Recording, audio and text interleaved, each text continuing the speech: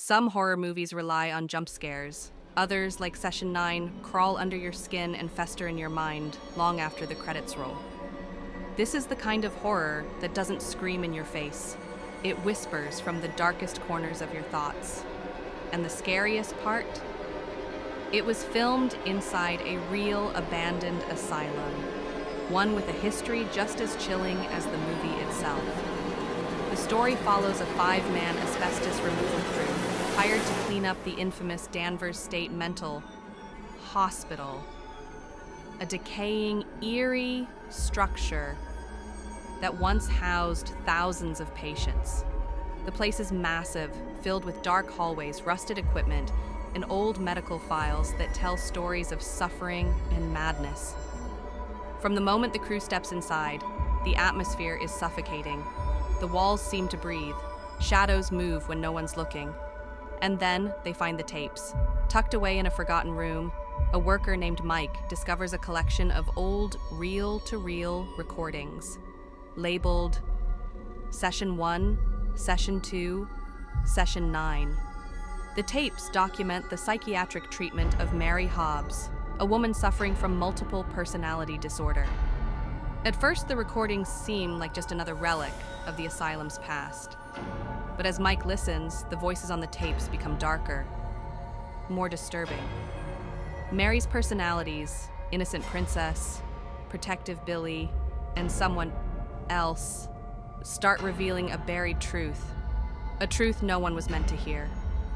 Meanwhile, strange things begin happening among the crew. Gordon, the team leader, starts acting distant, distracted, haunted. He keeps mentioning his wife and newborn daughter, but something feels off.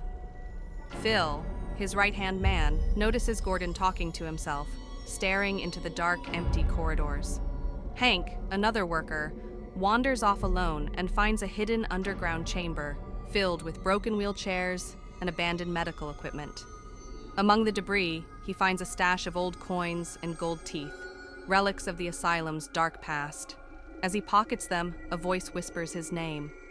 Suddenly, the generator light flickers. The hallway behind him stretches into darkness, and then something moves. The next morning, Hank is gone.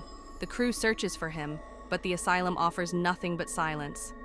His walkie-talkie crackles with static. A shadow lingers at the edge of their vision. Desperate for answers, Mike plays the final tape, Session 9. And that's when he hears it. Mary's voice shifts. The usual childlike innocence is gone, replaced by something sinister.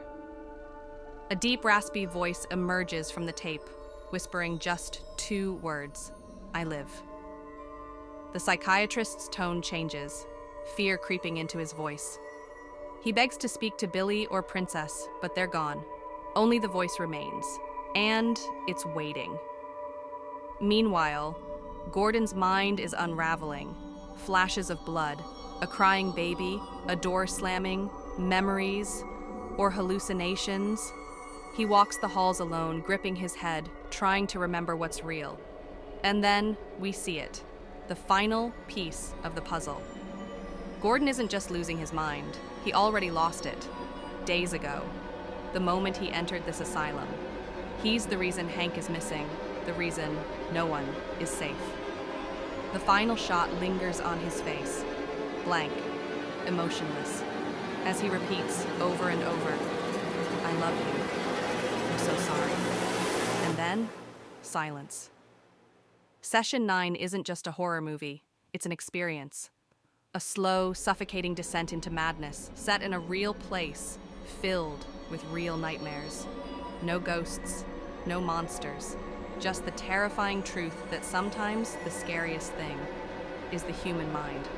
Have you dared to watch Session 9? Or are you brave enough to try? Let me know in the comments. But be warned, once you enter Danvers, you might never leave.